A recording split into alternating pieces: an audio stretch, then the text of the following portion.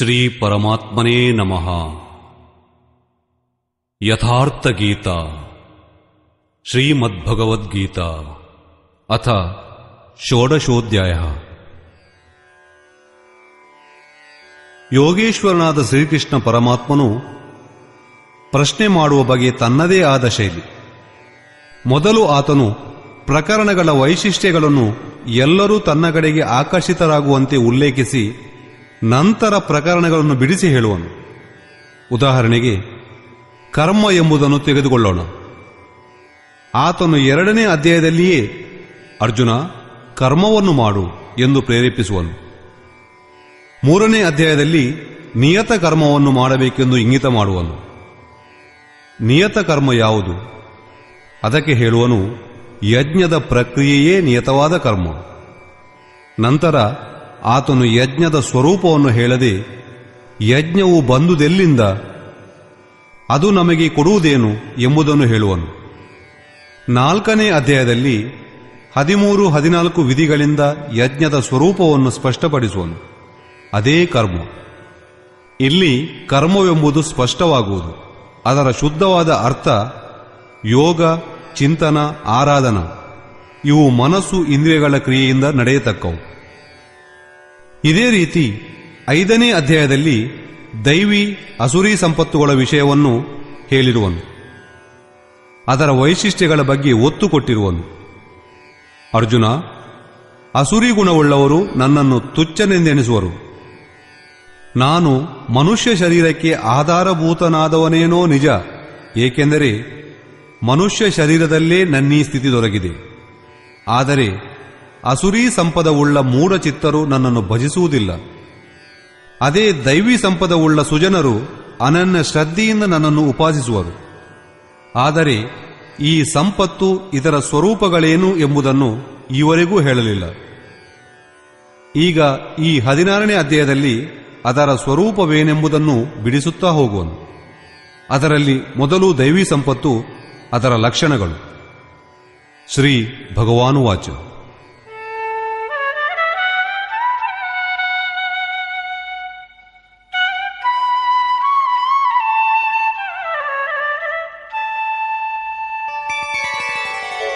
ಅಭಯಂ ಸತ್ವ ಸಂಶುದ್ಧಿ ಜ್ಞಾನಯೋಗ ವ್ಯವಸ್ಥಿತಿ ದಾನಂ ದಮಶ್ಚ ಯಜ್ಞಶ್ಚ ಸ್ವಾಧ್ಯಾಯಸ್ತಪ ಆರ್ಜವಂ. ಸರ್ವದಾ ಭಯವಿಲ್ಲದಿರುವಿಕೆ, ಅಂತಃಕರಣದ ನೈರ್ಮಲ್ಯ, ತತ್ವಜ್ಞಾನದ ಸಲುವಾಗಿ ಧ್ಯಾನದಲ್ಲಿ ದೃಢವಾದ ನಿಲುವು, ಸರ್ವಸ್ವದ ಸಮರ್ಪಣೆ, ಇಂದ್ರಿಯಗಳ ಸರ್ವತಾ ನಿಗ್ರಹ, ಯಜ್ಞದ ಆಚರಣೆ, ಸಂಯಮಾಗ್ನಿಯಲ್ಲಿ ಹವನ, ಇಂದ್ರಿಯಾಗ್ನಿಯಲ್ಲಿ ಹವನ, ಪ್ರಾಣಾಪಾನಗಳಲ್ಲಿ ಹವನ, ಕಡೆಯಲ್ಲಿ ಜ್ಞಾನಾಗ್ನಿಯಲ್ಲಿ ಹವನ, ಅರ್ಥಾತ್ ಆರಾಧನಾ ಪ್ರಕ್ರಿಯೆ. ಇವೆಲ್ಲವೂ ಅಂತಃಕರಣದ ಪ್ರಕ್ರಿಯೆಗಳಿಂದ ಮಾತ್ರ ಸಾಧ್ಯ. ಎಳ್ಳು, ಗೋಧಿ, ವೇದಿ ಇತ್ಯಾದಿ ಸಾಮಗ್ರಿಗಳಿಂದ ನಡೆಯುವ ಯಜ್ಞಕ್ಕೂ ಗೀತೆಯಲ್ಲಿ ಹೇಳಿರುವ ಈ ಯಜ್ಞಕ್ಕೂ ಯಾವ ಸಂಬಂಧವೂ ಇಲ್ಲ. ಶ್ರೀಕೃಷ್ಣನು ಅಂತಹ ಕರ್ಮಕಾಂಡಗಳೊಂದನ್ನೂ ಯಜ್ಞವೆಂದು ಹೇಳಿಲ್ಲ.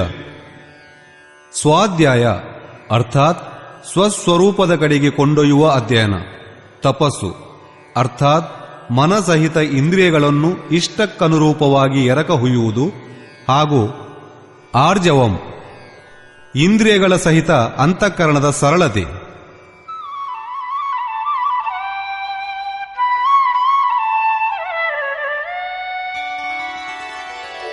ಅಹಿಂಸಾ ಸತ್ಯಮಕ್ರೋಧಸ್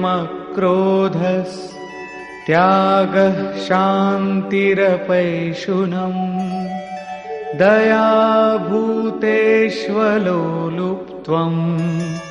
ಮಾರ್ದವಂ ಧೀರಚಾಪಲಂ.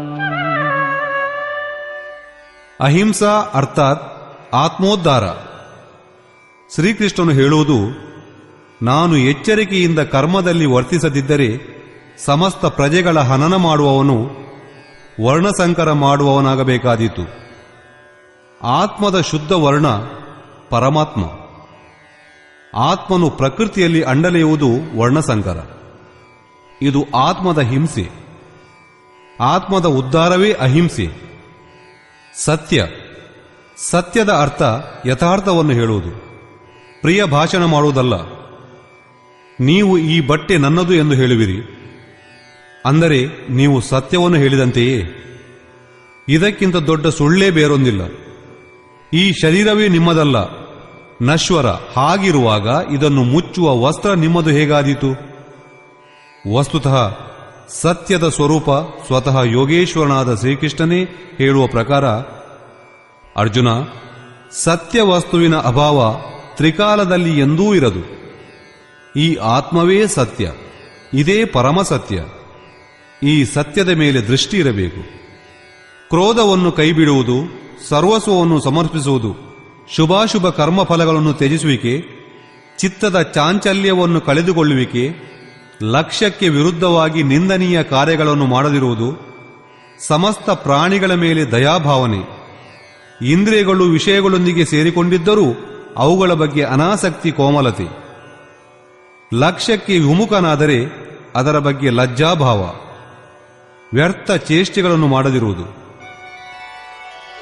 ತೇಜ ಕ್ಷಮಾ ಧೃತಿ ಶೌಚಂ ಅದ್ರೋಹೋ ನಾತಿಮಾನಿತಾ ಭವಂತಿ ಸಂಪದಂ ದೈವೀಂ ಅಭಿಜಾತಸ್ಯ ಭಾರತ. ತೇಜ ಇದು ಇರುವುದು ಕೇವಲ ಈಶ್ವರನಲ್ಲಿ ಮಾತ್ರ. ಆ ತೇಜಸ್ಸಿನಿಂದ ಕೆಲಸ ಮಾಡುವುದು. ಮಹಾತ್ಮ ಬುದ್ಧನ ದೃಷ್ಟಿಯು ಬಿದ್ದೊಡನೆ ಅಂಗುಲಿಮಾಲನ ವಿಚಾರವೇ ಬದಲಾಯಿತು. ಇದು ಆ ತೇಜಸ್ಸಿನ ಪ್ರಭಾವ. ಆ ಪ್ರಭಾವವು ಬುದ್ಧನಲ್ಲಿತ್ತು. ಅದು ಮಂಗಳವನ್ನುಂಟು ಮಾಡುವ ಪ್ರಭಾವ. ಕ್ಷಮ, ಧೈರ್ಯ, ಶುದ್ಧತೆ, ಯಾರಲ್ಲೂ ವೈರಭಾವವನ್ನು ಇಡದಿರುವುದು, ತನ್ನಲ್ಲಿ ಪೂಜ್ಯತೆಯ ಭಾವ ಸರ್ವತಾ ಇಲ್ಲದಿರುವಿಕೆ, ಇವೆಲ್ಲವೂ ಹೇ ಅರ್ಜುನ ದೈವೀ ಸಂಪತ್ತನ್ನು ಪಡೆದ ಪುರುಷನ ಲಕ್ಷಣಗಳು. ಈ ರೀತಿ ಒಟ್ಟು 26 ಲಕ್ಷಣಗಳನ್ನು ಹೇಳಿದನು. ಇವೆಲ್ಲವೂ ಸಾಧನೆಯಲ್ಲಿ ಪರಿಪಕ್ವವಾದ ಪುರುಷನಿಗೆ ಮಾತ್ರ ಇರಲು ಸಾಧ್ಯ. ಅಷ್ಟಿಷ್ಟು ಅಂಶಗಳು ನಿಮ್ಮಲ್ಲೂ ಇದೆ, ಹಾಗೂ ಅಸುರಿ ಸಂಪತ್ತಿನಲ್ಲಿ ತೇಲಾಡುವ ಮನುಷ್ಯನಲ್ಲೂ ಇರುವುದು, ಆದರೆ ಪ್ರಸ್ತುತವಾಗಿರುವುದು. ಆದ್ದರಿಂದಲೇ ಘೋರ ಪಾಪಿಗಳೂ ಒಳ್ಳೆಯವರಾಗುವ ಅಧಿಕಾರವಿರುವುದು. ಈಗ ಅಸುರಿ ಸಂಪತ್ತಿನ ಪ್ರಮುಖ ಲಕ್ಷಣಗಳನ್ನು ಹೇಳುವನು.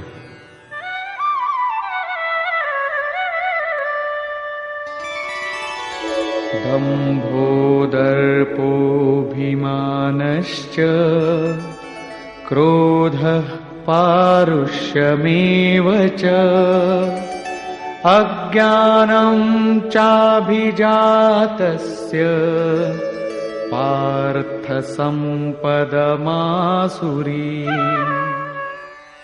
ಎಲೆ ಪಾರ್ಥ, ಪಾಷಂಡತನ, ಗರ್ವ, ಅಭಿಮಾನ, ಕ್ರೋಧ, ಕಠೋರವಾಣಿ ಮತ್ತು ಅಜ್ಞಾನ ಇವೆಲ್ಲವೂ ಅಸುರಿ ಸಂಪತ್ತನ್ನು ಪಡೆದವನ ಲಕ್ಷಣಗಳು. ಎರಡೂ ಸಂಪತ್ತುಗಳ ಕೆಲಸವೇನು? ದೈವೀ ಸಂಪದ್ವಿಮೋಕ್ಷಾಯ ನಿಬಂಧಾಯಾಸುರೀಮತಾ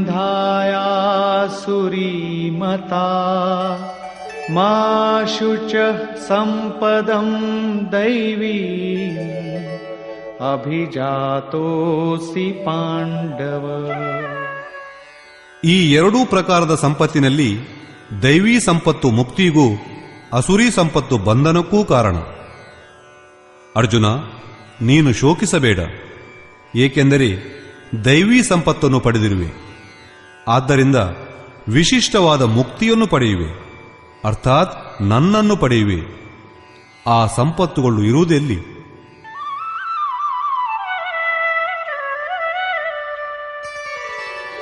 ದ್ವೌ ಭೂತ ಸರ್ಗೌ ಲೋಕೇಸ್ಮಿನ್ ದೈವ ಆಸುರ ಏವ ಚ ದೈವೋ ವಿಸ್ತರಶಃ ಪ್ರೋಕ್ತ ಆಸುರಂ ಪಾರ್ಥ ಮೇ ಶೃಣು. ಈ ಲೋಕದಲ್ಲಿ ಜೀವಿಗಳ ಸ್ವಭಾವ ಎರಡು ವಿಧವಾಗಿರುತ್ತದೆ. ದೇವತೆಗಳಂತೆ ರಾಕ್ಷಸರಂತೆ. ಹೃದಯದಲ್ಲಿ ದೈವೀ ಸಂಪತ್ತು ಕಾರ್ಯರೂಪಕ್ಕಿಳಿದಾಗ ಮನುಷ್ಯನು ದೇವತೆಯಾಗುವನು. ಅಸುರಿ ಸಂಪತ್ತು ಹೆಚ್ಚಿದಾಗ ಅಸುರರಂತಾಗುವನು. ಸೃಷ್ಟಿಯಲ್ಲಿ ಇವೆರಡೇ ಜಾತಿಗಳು. ಆತನು ಅರಬ್ಬಿಯನಾಗಿರಬಹುದು, ಆಸ್ಟ್ರೇಲಿಯನ್ ಆಗಿರಬಹುದು, ಎಲ್ಲಾದರೂ ಹುಟ್ಟಿರಲಿ, ಇವೆರಡು ಜಾತಿಗಳಲ್ಲಿ ಒಂದಕ್ಕೆ ಸೇರಿದವನಾಗಿರುವನು. ಈವರೆಗೂ ದೈವೀ ಸ್ವಭಾವವನ್ನೇ ವಿಸ್ತರಿಸಿ ಹೇಳಲಾಯಿತು. ಈಗ ಅಸುರ ಸ್ವಭಾವವನ್ನು ವಿಸ್ತರಿಸಿ ಹೇಳುವೆ, ಕೇಳು.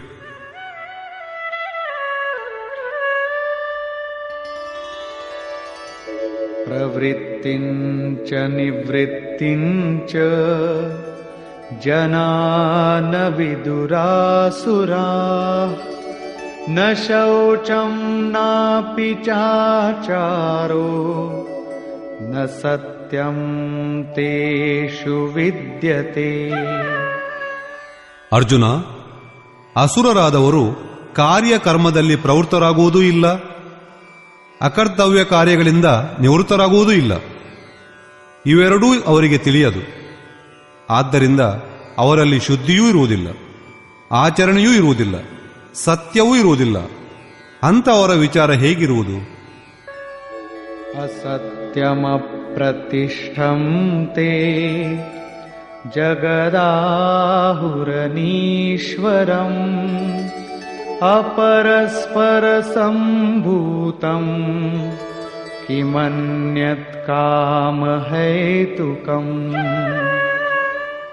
ಅಸುರಿ ಸ್ವಭಾವವುಳ್ಳ ಆ ಜನ ಹೇಳುವುದೇನೆಂದರೆ, ಜಗತ್ತಿಗೆ ಯಾವ ಆಶ್ರಯವೂ ಇಲ್ಲ.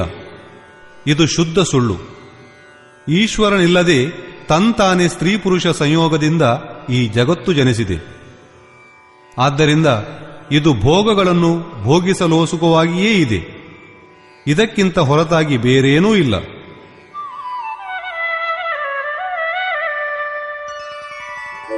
ಏತಾಂ ದೃಷ್ಟಿಮವಷ್ಟಭ್ಯ ನಷ್ಟಾತ್ಮಾನೋಲ್ಪಬುದ್ಧಯಃ ಪ್ರಭವಂತ್ಯುಗ್ರಕರ್ಮಾಣಃ ಕ್ಷಯಾಯ ಜಗತೋ ಹಿತಾಃ.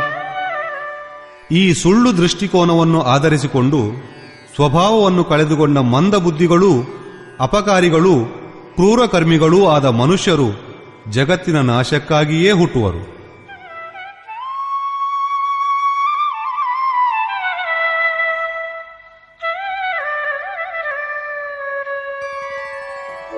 ಕಾಮಮಾಶ್ರಿತ್ಯ ದುಷ್ಪೂರಂ ದಂಭಮಾನಮದಾನ್ವಿತಾಃ ಮೋಹಾದ್ ಗೃಹೀತ್ವಾತ್ ಸದ್ಗ್ರಾಹಾನ್ ಪ್ರವರ್ತಂತೆ ಶುಚಿವ್ರತಾಃ.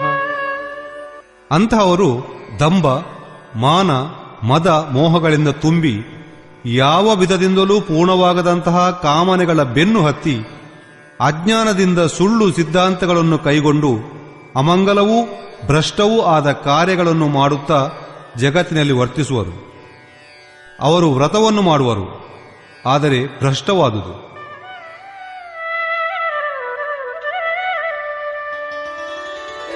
ಚಿಂತಾಮಪರಿಮೇಯಾಂಚ ಪ್ರಲಯಾಂತಾಮುಪಾಶ್ರಿತಾಃ ಕಾಮೋಪಭೋಗಪರಮಾ ಏತಾವದಿತಿ ನಿಶ್ಚಿತಾಃ. ಕೊನೆಗಾಣದ ಚಿಂತೆಗೊಳಗಾಗಿ ವಿಷಯ ಭೋಗಗಳಲ್ಲೇ ತತ್ಪರರಾಗಿ ಇಷ್ಟೇ ಇದಿಷ್ಟೇ ಆನಂದ ಎಂದು ನಿಶ್ಚಯಿಸಿಕೊಂಡು ಬಿಡುವರು. ಆದಷ್ಟು ಹೆಚ್ಚಾಗಿ ಭೋಗ ವಿಲಾಸಗಳನ್ನು ಸಂಗ್ರಹಿಸಬೇಕೆಂಬುದೇ ಅವರ ಭಾವನೆ. ಇದಕ್ಕಿಂತ ಮೇಲಾಗಿ ಬೇರೇನಿಲ್ಲ ಎಂದು ತಿಳಿಯುವರು.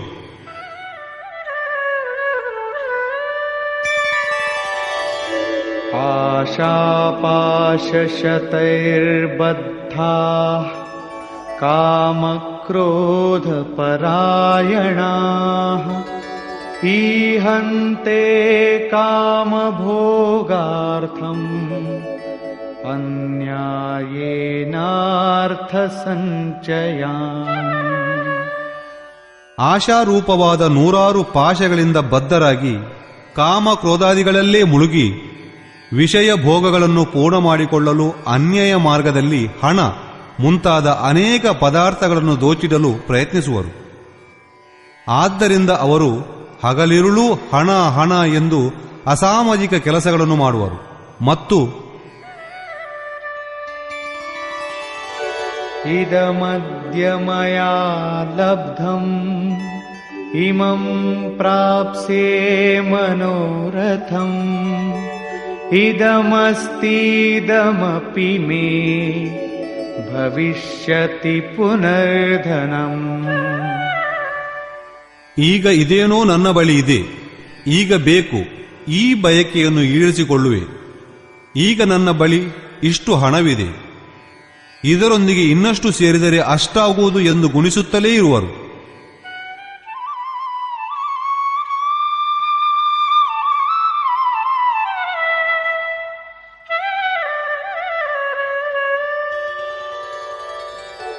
असौ मया हतः शत्रुः हनिष्ये चापरानपि ईश्वरोऽहमहं भोगी सिद्धोऽहं बलवान् सुखी. ನಾನೇ ಆ ಶತ್ರುವನ್ನೇನೋ ಕೊಂದು ಹಾಕಿದೆ, ಉಳಿದ ಶತ್ರುಗಳನ್ನೂ ಈಗ ಹತರನ್ನಾಗಿ ಮಾಡಬೇಕು. ನಾನೇ ಈಶ್ವರ, ಐಶ್ವರ್ಯವನ್ನು ಭೋಗಿಸುವವನು. ಎಲ್ಲ ಸಿದ್ಧಿಗಳೂ ನನ್ನದಾಗಿದೆ. ನಾನೇ ಬಲಿಷ್ಠ, ನಾನೇ ಸುಖಿ. ಆಢ್ಯೋಭಿಜನವಾನಸ್ಮಿ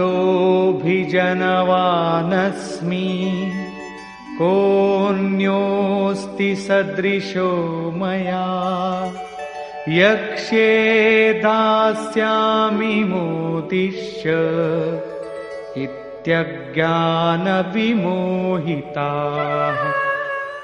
ನಾನು ದೊಡ್ಡ ಧನಿಕ, ನನ್ನ ಕುಟುಂಬ ಬಲು ದೊಡ್ಡದಾದುದು, ನನಗೆ ಸದೃಶ್ಯರು ಯಾರಿದ್ದಾರೆ? ನಾನು ಯಜ್ಞ ಮಾಡುವೆ, ದಾನ ಮಾಡುವೆ, ಸಂತೋಷಗೊಳ್ಳುವೆ. ಈ ರೀತಿಯ ಅಜ್ಞಾನದಿಂದ ಮೋಹಕ್ಕೊಳಗಾಗಿರುವವರು ಯಜ್ಞ ದಾನಗಳು ಅಜ್ಞಾನವೇ? ಇದರ ಬಗ್ಗೆ 17ನೇ ಶ್ಲೋಕದಲ್ಲಿ ಸ್ಪಷ್ಟಪಡಿಸಿರುವರು. ಇಷ್ಟಕ್ಕೂ ಸುಮ್ಮನಾಗುವುದಿಲ್ಲ, ಇನ್ನೂ ಅನೇಕ ಭ್ರಾಂತಿಗಳಿಗೆ ಬಲಿಯಾಗುವರು. ಹೇಳುವನು,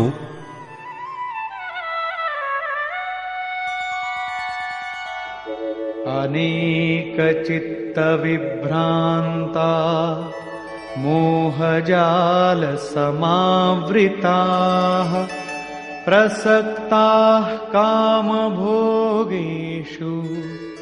ಪತಂತಿ ನರಕೇಷು ಚ. ಹೀಗೆ ಅನೇಕ ವಿಧವಾದ ಚಿತ್ತ ವಿಭ್ರಾಂತಿಗಳಿಗೆ ಮನವೊಪ್ಪಿಸಿ ಮೋಹಜಾಲದಲ್ಲಿ ಸಿಕ್ಕಿ ವಿಷಯ ಭೋಗಗಳಲ್ಲಿ ಮುಳುಗೇಳುತ್ತಾ ಅಸುರಿ ಭಾವನೆಗಳಿಗೆ ಒಳಗಾದ ಮನುಷ್ಯರು ಅಪವಿತ್ರವಾದ ನರಕದಲ್ಲಿ ಬಿದ್ದು ಒದ್ದಾಡುವರು. ಮುಂದೆ ಶ್ರೀಕೃಷ್ಣನೇ ಸ್ವತಃ ನರಕ ಏನೆಂಬುದನ್ನು ಹೇಳುವನು.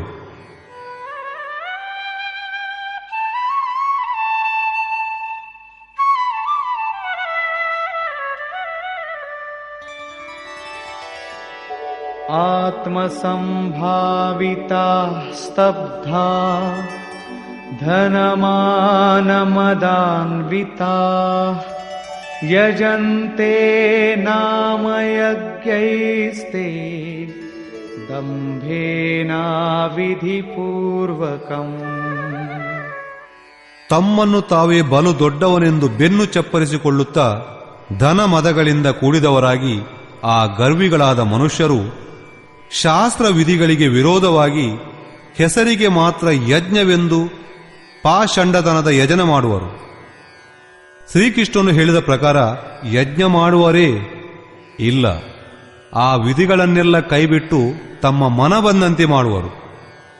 ನಿಜವಾದ ವಿಧಿ ಏನೆಂಬುದನ್ನು ಯೋಗೇಶ್ವರನಾದ ಶ್ರೀಕೃಷ್ಣನು ಈ ಹಿಂದೆಯೇ ಹೇಳಿರುವನಷ್ಟೇ.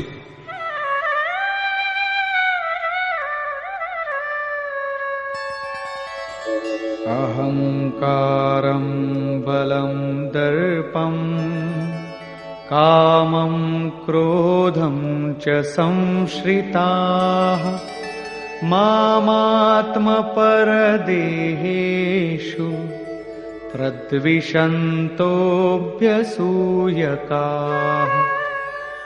ಅವರು ಅನ್ಯರನ್ನು ದೂಷಿಸುವರು. ಅಹಂಕಾರ, ಬಲ, ದರ್ಪ, ಆಸೆ, ಆಕಾಂಕ್ಷೆಗಳುಳ್ಳವರು ಮತ್ತು ಸಿಡುಕರೂ ಆದ ಪುರುಷರು ತಮ್ಮಲ್ಲೂ ಮತ್ತು ಇತರರ ದೇಹದಲ್ಲೂ ನೆಲೆಸಿರುವ ಅಂತರ್ಯಾಮಿ ಪರಮಾತ್ಮನಾದ ನನ್ನನ್ನೂ ದ್ವೇಷಿಸುವರಾಗಿರುವರು. ಶಾಸ್ತ್ರ ವಿಧಿಯಂತೆ ಪರಮಾತ್ಮನನ್ನು ಸ್ಮರಿಸುವುದು ಒಂದು ಯಜ್ಞ. ಈ ವಿಧಿಯನ್ನು ಬಿಟ್ಟು ಹೆಸರಿಗೆ ಮಾತ್ರ ಯಜ್ಞವನ್ನು ಮಾಡುತ್ತಾ ಯಜ್ಞದ ಹೆಸರಿನಲ್ಲಿ ಮತ್ತೇನೋ ಮಾಡುತ್ತಾ ಇರುವವರು ತಮ್ಮ ಮತ್ತು ಇತರರ ಶರೀರದಲ್ಲಿರುವ ಪರಮಾತ್ಮನನ್ನು ದ್ವೇಷಿಸಿದಂತೆ. ಹೀಗೆ ದ್ವೇಷಿಸುತ್ತಲೂ ಇರುವರು ಮತ್ತು ತಪ್ಪಿಸಿಕೊಂಡೂ ತಿರುಗುವರು. ಹೀಗೆ ಅವರು ತಪ್ಪಿಸಿಕೊಳ್ಳಲು ಸಾಧ್ಯವೇ?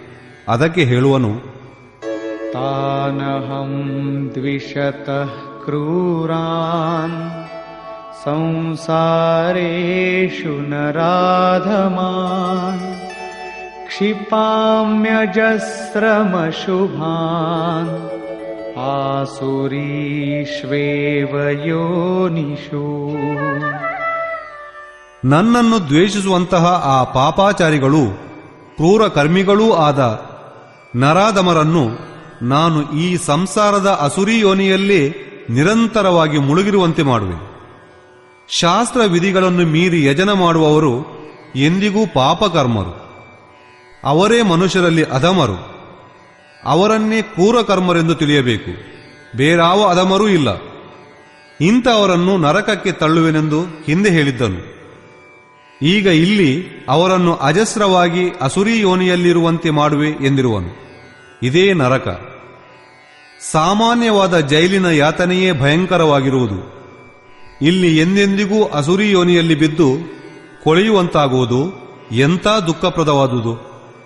ಆದ್ದರಿಂದ ದೈವೀ ಸಂಪತ್ತನ್ನು ಸಂಪಾದಿಸಬೇಕು.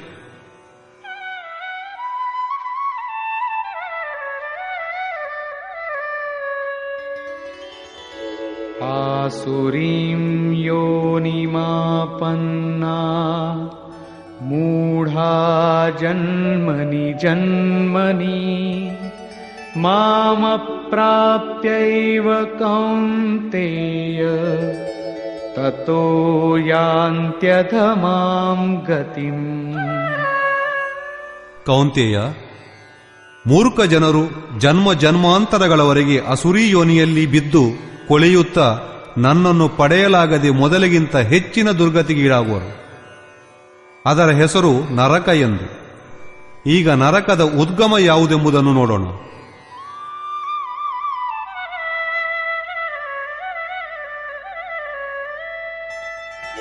ತ್ರಿವಿಧಂ ನರಕಸ್ಯೇದಂ ದ್ವಾರಂ ನಾಶನಮಾತ್ಮನಃ ಕಾಮಃ ಕ್ರೋಧಸ್ತಥಾ ಲೋಭಸ್ ತಸ್ಮಾದೇತತ್ರಯಂ ತ್ಯಜೇತ್. ಕಾಮ, ಕ್ರೋಧ, ಲೋಭವೆಂಬಿ ಮೂರು ಬಗೆಯ ನರಕದ ಮೂಲ ದ್ವಾರಗಳು. ಇವು ಆತ್ಮನಾಶ ಮಾಡುವಂತಹದ್ದು, ಅದನ್ನು ಅಧೋಗತಿಗೆ ಕೊಂಡೊಯ್ಯುವಂತಹದ್ದು. ಆದ್ದರಿಂದ ಈ ಮೂರನ್ನು ತ್ಯಜಿಸಬೇಕು. ಈ ಮೂರರ ಮೇಲೆಯೇ ಅಸುರಿ ಸಂಪತ್ತು ನಿಂತಿರುವುದು. ಇವುಗಳನ್ನು ತ್ಯಜಿಸುವುದರಿಂದ ಲಾಭ, ಏತೈರ್ವಿಮುಕ್ತಃ ಕೌಂತೇಯ ತಮೋದ್ವಾರೈಸ್ತ್ರಿಭಿರ್ನರಃ ಆಚರತ್ಯಾತ್ಮನಃ ಶ್ರೇಯಃ ತತೋ ಯಾತಿ ಪರಾಂ ಗತಿಂ. ಕೌಂತೇಯನೇ, ನರಕದ ಈ ಮೂರು ಬಾಗಿಲುಗಳಿಂದ ಮುಕ್ತನಾದ ಪುರುಷನು ತನ್ನ ಆತ್ಮಕ್ಕೆ ಒಳಿತಾಗುವಂತಹದ್ದನ್ನು ಮಾಡಬಲ್ಲವನಾಗುವನು. ಅದರಿಂದ ಆತನು ಪರಮಗತಿಯನ್ನು ಅರ್ಥಾತ್ ನನ್ನನ್ನು ಸೇರುವನು. ಈ ಮೂರು ವಿಕಾರಗಳನ್ನು ತೊರೆದಾಗಲೇ ಮನುಷ್ಯನು ನಿಯತಕರ್ಮವನ್ನು ಮಾಡಲಾದೀತು. ಅದರ ಪರಿಣಾಮ ಪರಮ ಮಂಗಳವಾದುದು.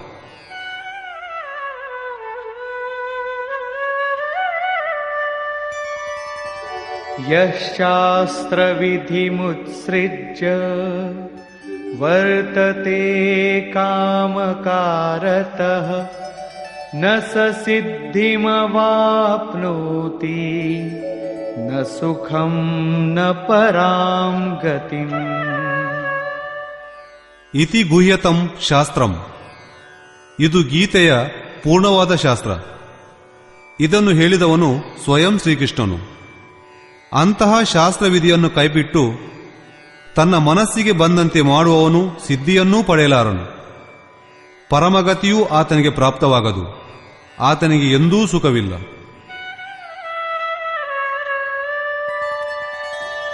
ತಸ್ಮಾಚ್ಛಾಸ್ತ್ರಂ ಪ್ರಮಾಣಂತೆ ಕಾರ್ಯವ್ಯವಸ್ಥಿತೌ ಜ್ಞಾತ್ವಾ ಶಾಸ್ತ್ರವಿಧಾನೋಕ್ತಂ ಕರ್ಮ ಕರ್ತುಮಿಹಾರ್ಹಸಿ. ಆದ್ದರಿಂದ ಎಲೆ ಅರ್ಜುನ, ಯಾವ ಕೆಲಸವನ್ನು ಮಾಡಬೇಕು ಮತ್ತಾವುದನ್ನು ಬಿಡಬೇಕು ಎನ್ನುವುದಕ್ಕೆ ಶಾಸ್ತ್ರವೇ ನಿನಗೆ ಪ್ರಮಾಣ. ಇದನ್ನು ತಿಳಿದು ಶಾಸ್ತ್ರವಿಧಿಯಿಂದ ನಿಯತವಾದ ಕರ್ಮವನ್ನೇ ಆಚರಿಸಬೇಕು.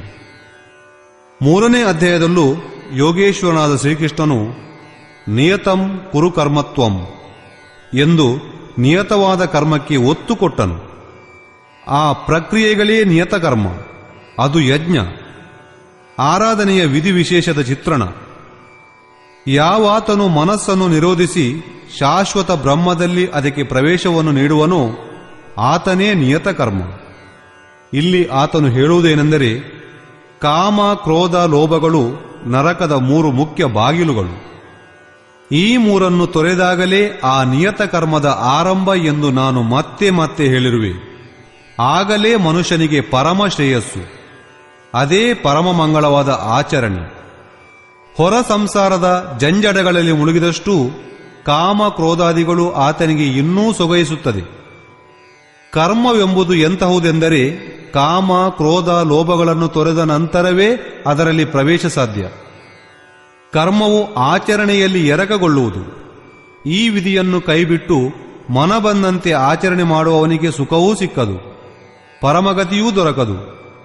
ಈಗ ಕರ್ತವ್ಯ ಅಕರ್ತವ್ಯಗಳೆಂದರೆ ಅದಕ್ಕೆ ಶಾಸ್ತ್ರವೇ ಪ್ರಮಾಣ. ಆದ್ದರಿಂದ ನೀನು ಶಾಸ್ತ್ರವಿಧಿಯಂತೆ ಕರ್ಮವನ್ನು ಆಚರಿಸುವುದು ಉಚಿತ. ಹಾಗೂ ಆ ಶಾಸ್ತ್ರವೇ ಗೀತಾ. ನಿಷ್ಕರ್ಷೆ.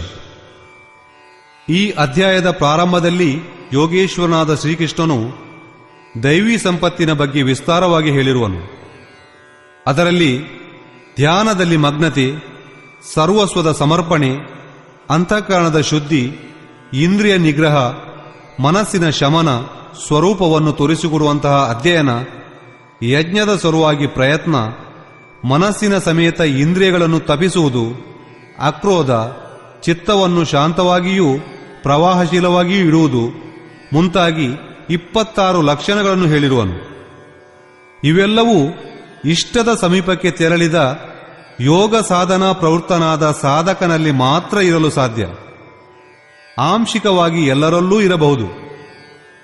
ಅನಂತರ ಅಸುರೀ ಸಂಪತ್ತಿನ ಬಗ್ಗೆ ಹೇಳುತ್ತಾ 4 ವಿಕಾರಗಳನ್ನು ಮಾತ್ರ ವರ್ಣಿಸಿರುವನು. ಅಭಿಮಾನ, ದರ್ಪ, ಕಠೋರತೆ, ಅಜ್ಞಾನ ಇತ್ಯಾದಿ. ಹಾಗೂ ಕಡೆಯಲ್ಲಿ ನಿರ್ಣಯವನ್ನು ಕೊಟ್ಟನು. ಅರ್ಜುನ, ದೈವೀ ಸಂಪತ್ತು ಮುಕ್ತಿಗಾಗಿ, ವಿಮೋಕ್ಷಾಯ ಪೂರ್ಣ ನಿವೃತ್ತಿಗಾಗಿ, ಪರಮಪದ ಪ್ರಾಪ್ತಿಗಾಗಿ. ಅಸುರಿ ಸಂಪತ್ತು ಬಂಧನಕ್ಕೂ ಅವನತಿಗೂ ಕಾರಣವಾಗುವುದು. ಅರ್ಜುನ, ನೀನು ಶೋಕಿಸಬೇಡ. ನೀನು ದೈವೀ ಸಂಪತ್ತನ್ನು ಪಡೆದವನು. ಈ ಸಂಪತ್ತುಗಳು ಇರುವುದೆಲ್ಲಿ? ಶ್ರೀಕೃಷ್ಣನು ಹೇಳಿದನು, ಈ ಲೋಕದಲ್ಲಿ ಮನುಷ್ಯರು 2 ಪ್ರಕಾರ ಸ್ವಭಾವವುಳ್ಳವರು, ದೇವತೆಗಳಂತೆ, ರಾಕ್ಷಸರಂತೆ. ದೈವೀ ಸಂಪತ್ತು ಹೆಚ್ಚಿದಾಗ ಮನುಷ್ಯನು ದೇವತೆಯಂತಿರುವನು. ಅಸುರಿ ಸ್ವಭಾವವು ಹೆಚ್ಚಿದಾಗ ಅಸುರರಂತಾಗುವನು. ದೃಷ್ಟಿಯಲ್ಲಿ ಮನುಷ್ಯನದು ಇವೆರಡೇ ಜಾತಿ. ಆತನು ಎಲ್ಲಿಯೇ ಹುಟ್ಟಿರಲಿ, ಹೇಗಾದರೂ ಇರಲಿ. ತದನಂತರ ಶ್ರೀಕೃಷ್ಣನು ಅಸುರ ಸ್ವಭಾವವುಳ್ಳ ಮನುಷ್ಯರ ಲಕ್ಷಣಗಳನ್ನು ಕುರಿತು ವಿಸ್ತಾರವಾಗಿ ಉಲ್ಲೇಖಿಸಿರುವನು. ಅಸುರಿ ಸಂಪತ್ತುಳ್ಳವನು ಮಾಡಬೇಕಾದ ಕೆಲಸವನ್ನು ಮಾಡದೆ ಮಾಡಲಾರದ ಕೆಲಸಗಳನ್ನೇ ಮಾಡಲು ಉದ್ಯುಕ್ತನಾಗುವನು. ಆತನಿಗೆ ಕರ್ಮದಲ್ಲಿ ಪ್ರವೃತ್ತನಾಗುವುದೇ ತಿಳಿಯದೆಂದ ಮೇಲೆ ಅವನ ಕಾರ್ಯದಲ್ಲಿ ಸತ್ವವೂ ಇರಲಾರದು, ಶುದ್ಧಿಯೂ ಇರಲಾರದು, ಆಚರಣೆಯೂ ಇರಲಾರದು. ಆತನ ವಿಚಾರದಲ್ಲಿ ಜಗತ್ತು ಆಶ್ರಯ ರಹಿತವಾದುದು. ಈಶ್ವರನಿಲ್ಲದೆ ಸ್ತ್ರೀ ಪುರುಷರ ಸಂಯೋಗ ಮಾತ್ರದಿಂದ ಈ ಜಗತ್ತು ಉಂಟಾಗಿದೆ ಎಂದು ಅವನ ಅನಿಸಿಕೆ. ಆದ್ದರಿಂದ ಜಗತ್ತು ಇರುವುದು ಕೇವಲ ಭೋಗ ಪಡೆಯುವುದಕ್ಕಾಗಿ ಎಂದು ಭಾವಿಸುವನು. ಇದಕ್ಕಿಂತ ಮುಂದೇನು? ಈ ವಿಚಾರವು ಕೃಷ್ಣನ ಕಾಲದಲ್ಲೂ ಇತ್ತು, ಯಾವಾಗಲೂ ಇದ್ದುದೇ. ಚಾರ್ವಾಕನೊಬ್ಬನೇ ಅಲ್ಲ, ಜನಮಾನಸದಲ್ಲಿ ದೈವೀ ಅಸುರಿ ಸಂಪತ್ತುಗಳ ಏರಿಳಿತಗಳಿರುವವೋ ಅಲ್ಲಿಯವರೆಗೆ ಇದು ಇದ್ದುದೇ. ಶ್ರೀಕೃಷ್ಣನು ಹೇಳುವುದೇನೆಂದರೆ, ಅಂತಹ ಮಂದ ಬುದ್ಧಿಯ ಜನಗಳು, ಕ್ರೂರ ಕರ್ಮಿಗಳು ಎಲ್ಲರಿಗೂ ಅಹಿತವನ್ನು ಮಾಡುವುದಕ್ಕಾಗಿಯೇ ಜಗತ್ತಿನಲ್ಲಿ ಹುಟ್ಟಿರುವರು. ಅವರು ಹೇಳುವುದು, ನಾನು ಈ ಶತ್ರುವನ್ನು ಕೊಂದೆ, ಅವನನ್ನು ಸಹ ಕೊಲ್ಲುವೆ. ಈ ರೀತಿ ಅರ್ಜುನ, ಕಾಮಕ್ರೋಧಕ್ಕೆ ತುತ್ತಾದ ಅವರು ಶತ್ರುಗಳನ್ನೆಲ್ಲ ಕೊಲ್ಲುವುದು, ತಮ್ಮ ಮತ್ತು ಇತರರ ಶರೀರದಲ್ಲಿರುವ ಪರಮಾತ್ಮನಾದ ನನ್ನೊಂದಿಗೆ ದ್ವೇಷ ಬೆಳೆಸಿಕೊಳ್ಳುವರು. ಹಾಗಾದರೆ ಅರ್ಜುನನು ಪ್ರತಿಜ್ಞೆ ಮಾಡಿ ಜಯದ್ರಥಾದಿಗಳನ್ನು ಕೊಂದನೆ?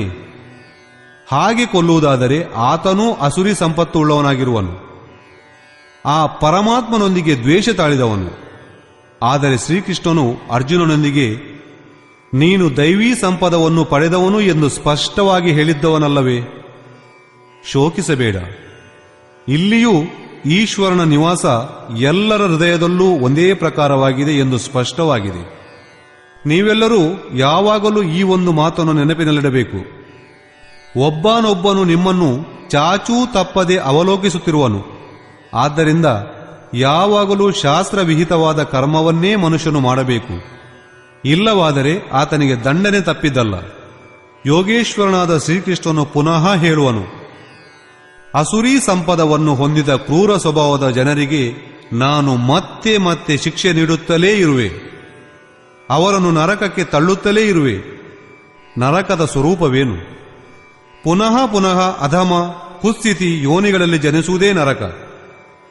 ಇದೇ ನರಕದ ಸ್ವರೂಪ. ಕಾಮ, ಕ್ರೋಧ, ಲೋಭ ಇವು ನರಕದ 3 ಹೆಬ್ಬಾಗಿಲುಗಳು. ಈ 3ರ ಮೇಲೆಯೇ ಅಸುರಿ ಸಂಪತ್ತು ನಿಂತಿದೆ. ಈ 3ನ್ನು ತ್ಯಜಿಸಿದಾಗಲೇ ನಿಯತವಾದ ಆ ಕರ್ಮಾರಂಭ. ಅದನ್ನು ಸಹ ನಾನು ಮತ್ತೆ ಮತ್ತೆ ಹೇಳುತ್ತಲೇ ಇದ್ದೇನೆ. ಕಾಮ, ಕ್ರೋಧ, ಲೋಭಗಳನ್ನು ಬಿಟ್ಟಾಗ ಆರಂಭವಾಗುವುದೇ ಕರ್ಮ ಎಂಬುದು ಸ್ಪಷ್ಟ. ಸಾಂಸಾರಿಕ ಕಾರ್ಯಗಳಲ್ಲಿ ಮರ್ಯಾದೆಯಿಂದ ಸಾಮಾಜಿಕ ವ್ಯವಸ್ಥೆಗಳನ್ನು ನಿರ್ವಹಿಸುತ್ತಲೂ ಯಾವಾತನು ಎಷ್ಟೆಷ್ಟು ವ್ಯಸ್ತನಾಗಿರುವನೋ, ಕಾಮ, ಕ್ರೋಧ, ಲೋಭಗಳು ಆತನಲ್ಲಿ ಅಷ್ಟಷ್ಟೇ ಸಜ್ಜಾಗಿರುವುದು ನೋಡಬಹುದು. ವಸ್ತುತಃ ಈ 3ನ್ನು ಕೈಬಿಟ್ಟಾಗಲೇ ಪರಮವನ್ನು ಪ್ರವೇಶಿಸುವಂತಹ ನಿರ್ಧಾರಿತ ಕರ್ಮಗಳಲ್ಲಿ ಪ್ರವೇಶವಾಗುವುದು. ಆದ್ದರಿಂದ ಏನು ಮಾಡಬೇಕು, ಮತ್ತೇನು ಬಿಡಬೇಕು ಎಂಬ ಕಿಂಕರ್ತವ್ಯಗಳಿಗೆ ಶಾಸ್ತ್ರವೇ ಪ್ರಮಾಣ. ಯಾವ ಶಾಸ್ತ್ರ?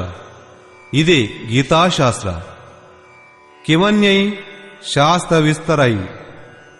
ಆದ್ದರಿಂದ ಈ ಶಾಸ್ತ್ರದ ಮುಖಾಂತರ ನಿರ್ಧರಿಸಲ್ಪಟ್ಟ ಕರ್ಮ ವಿಶೇಷವನ್ನೇ ನೀನು ಮಾಡು. ಈ ಅಧ್ಯಾಯದಲ್ಲಿ ಯೋಗೇಶ್ವರನಾದ ಶ್ರೀಕೃಷ್ಣನು ದೈವೀ ಅಸುರಿ ಸಂಪತ್ತುಗಳನ್ನು ವಿಶೇಷವಾಗಿ ವಿಶ್ಲೇಷಿಸಿರುವನು. ಅವುಗಳ ನೆಲೆವೀಡು ಮಾನವ ಹೃದಯವೆಂದು ಹೇಳಿರುವನು. ಅವುಗಳ ಫಲವನ್ನೂ ಹೇಳಿರುವನು. ಆದ್ದರಿಂದ ಓಂ ತತ್ಸದಿತಿ ಶ್ರೀಮದ್ಭಗವದ್ಗೀತಾ ಸೂಪನಿಷತ್ಸ್ ಬ್ರಹ್ಮ ವಿದ್ಯಾಯಾಂ ಯೋಗಶಾಸ್ತ್ರೇ ಶ್ರೀಕೃಷ್ಣಾರ್ಜುನ ಸಂವಾದೆ ದೈವಾಸುರ ಸಂಪದ್ವಿಭಾಗ ಯೋಗೋ ನಾಮ ಷೋಡಶೋಧ್ಯಾಯ. ಈ ರೀತಿ ಶ್ರೀಮದ್ಭಗವದ್ಗೀತಾ ರೂಪಿ ಉಪನಿಷತ್ ಹಾಗೂ ಬ್ರಹ್ಮವಿದ್ಯೆಯು ಯೋಗಶಾಸ್ತ್ರ ವಿಷಯಕವಾದ ಶ್ರೀ ಕೃಷ್ಣಾರ್ಜುನ ಸಂವಾದದಲ್ಲಿ ದೈವಾಸುರ ಸಂಪದ್ವಿಭಾಗ ಯೋಗ ಎಂಬ 16ನೇ ಅಧ್ಯಾಯವು ಪೂರ್ಣವಾಗಿದೆ.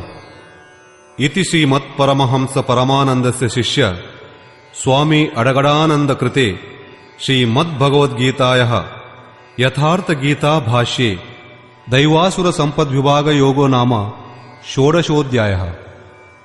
ಈ ರೀತಿ ಶ್ರೀಮತ್ಪರಮಹಂಸ ಪರಮಾನಂದರ ಶಿಷ್ಯ ಸ್ವಾಮಿ ಅಡಗಡಾನಂದರಿಂದ ರಚಿಸಲ್ಪಟ್ಟ ಶ್ರೀಮದ್ಭಗವದ್ಗೀತೆಯ ಯಥಾರ್ಥ ಗೀತಾಸಾರ ದೈವಾಸುರ ಸಂಪದ್ವಿಭಾಗ ಯೋಗ ಎಂಬ 16ನೇ ಅಧ್ಯಾಯವು ಸಮಾಪ್ತಿಯಾಗಿರುವುದು. ಹರಿ ಓಂ ತತ್ಸತ್.